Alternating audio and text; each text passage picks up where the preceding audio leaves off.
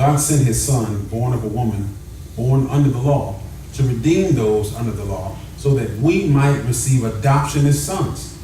And because you are sons, God has sent the Spirit of his Son into our hearts, crying, Abba, Father. So you are no longer a slave, but a son. And if a son, then an heir through God. But in the past, when you did not know God, you were enslaved to things that by nature are not God's. Okay? And that means by not God's, or do not belong to God. So think about this now. I want to look at that word adoption. And I want you to consider with me, when you read this text and you look at these points I'm going to give you tonight, this is going to really help somebody. Okay? It's going to really help somebody. Specifically a person that might be in the room who is walking around and can't get over the Ishmael that they're raising. Maybe they haven't put him out yet. Maybe you've already put him out, but you still grieve for him. Whatever the case, this is going to help you get past what you've been dealing with. Okay? All right? So, adoption. The word adoption in the Greek means to place as a son. So this is a person who is now, you're moving from the outside of a family and you're being placed inside the family. The picture of adoption is a beautiful picture of what God does for the Christian. In the ancient world, the family was based on a Roman law called patria potestas, which means the father's power. The law gave the father absolute authority over the children so long as the father lived. He could work, enslave, sell, and if he wished, he could pronounce the death penalty. How about that? That's, the father has absolute power in this culture. Paul comes in and now you can talk about people understanding culture and why it's necessary for you to be able to contextualize the truth for the audience that you're speaking to. Paul comes in and uses their language to take this law and explain to them the God that he's trying to introduce them to. So I'm going to take this law that y'all use, which is the Father having absolute power. Wow. Now, I'm glad you brought that up. Let me talk to you about my Father. He has absolute power. And I want to talk to you about the power of adoption. Now, look at this. Father has the power to enslave them. He has the power to sell them. He has the power to pronounce the death penalty over them. That's something serious. Yeah. That's serious. He can get you up out of here. It's like some of those Eastern cultures where you see a lot of the Asian cultures, they have a code of honor. And if you mess up the family name, they will take it away from you. And you'll just be in exile. They just put you out the family. Don't come back around here to the barbecues or nothing. You're no longer part of us. Father will tell the child, you are dead to me.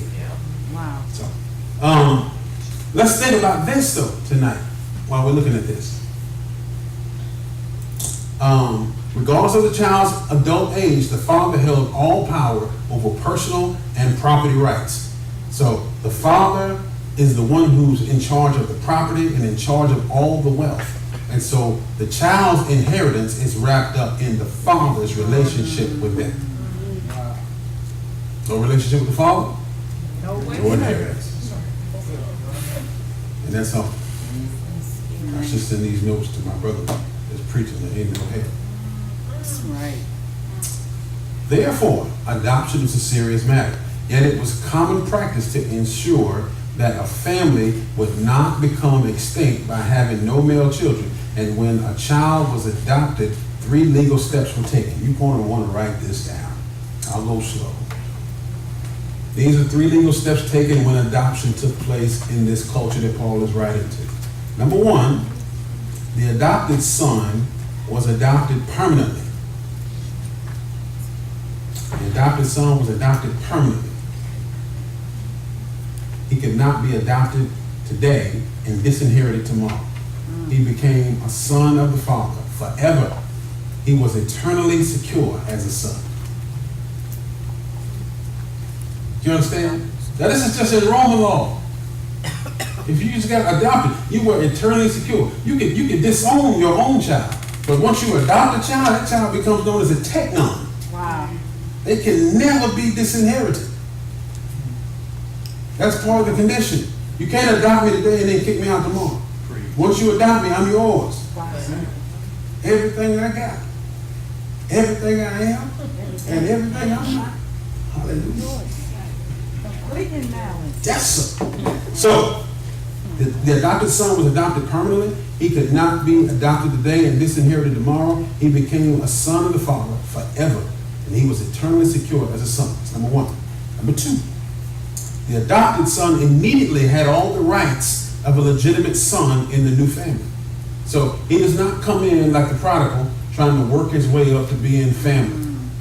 He doesn't come in and start cutting the grass and doing all this stuff, trying to get the father to say, okay, finally now you have all the rights and privileges of your brothers and sisters and whatnot. That's not the case. Adoption was so powerful, your identity changed instantaneously. Wow. Your rights were instated instantaneously. Your name was changed instantaneously because of the power of the adoption. Okay? That's number two. Number three, the adopted son completely lost. Oh man, I shouldn't read this because y'all were shouting stuff. Oh boy. Oh, geez. It was different. When I read it last night, I have a younger crowd and we were just sitting there like in awe of God. But some of y'all have been around church a little longer. So when I start reading through some of this stuff, some of y'all gonna start kicking people sitting in front of you. And I just want y'all to just duck in Jesus' name.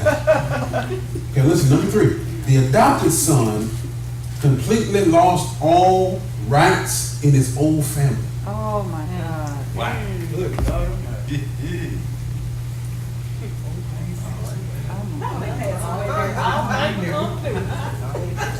Y'all see the difference?